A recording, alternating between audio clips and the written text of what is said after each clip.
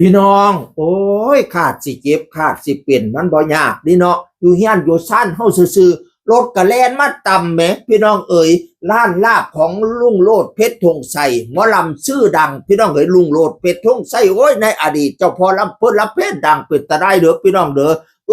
วันที่3สิงหาคมเวลาประมาณ22:37 นาทีรับเหตุแจ้งว่ามีรถเก๋งน่ะขับชนร้านลาบลุงโลดเพชรธงชัยซึ่งตั้งอยู่ริมถนนร้อยเอ็ดโพนทองบ้านมะอือตำบลมะอืออำเภอธวัดบุรีจังหวัดร้อยเอ็ดโอ้ยเวลากลางค่ำกลางคืนรถเก๋งแล่นต่ำล้านลาบแหม4:30 กว่านาทีพี่น้องเอ๋ยเรามีกล้องวงจรปิดให้เบิ่งโอ้ยก็เป็น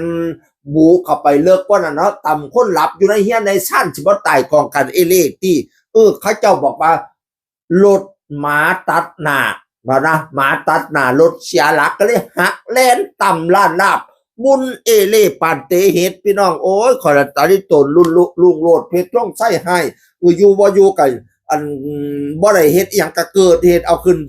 ซื่อๆพี่น้องเอ๋ยแล้วมาเขียนนะบ่เหลือหยังดอกพี่น้องเอ้ยว่าฉันมาเบิ่งแหมหลังคาเพพังเบิดมนเข้าไปส้นหอดทางในแหมรถเก๋งกับมนพ่อรถเก๋งเวลาประมาณ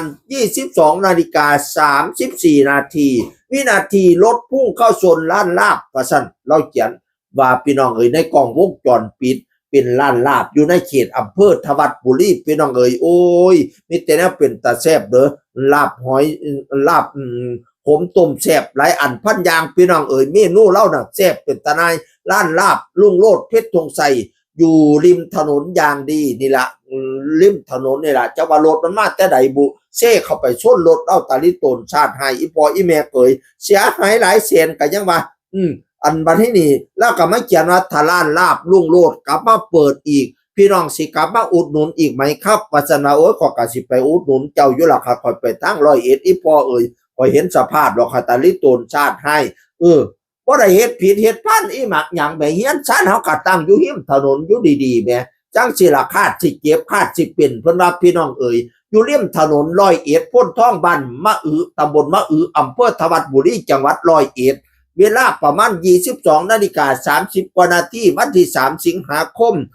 โอ้ยเนาะจักสิว่าจังได๋ขอแต่โอ้ยเนาะโอ้ยเนาะดังเด้ออีพอลุงโลดดังเป็นตาหนายเด้อสมัยนั้นน่ะลุงโลดเพชรต้องใช้สาธิตต้องจันทร์เฉลิมพลมาละค่ำเดือนเพ็ญอำนวยพรนี่เขาเจ้ารุ่นไล่ๆกันพี่น้องดังไล่ๆกันเป็นกำลังใจให้เด้ออีพอเอ้ยตั้งหั่นไม่ย่ำใดขอยก็สิไปกินให้เจ้าย่ำนั่นล่ะเป็นกำลังใจให้จังคือคนเก่าเว้าสู่ฟังสวัสดีครับสวัสดีครับ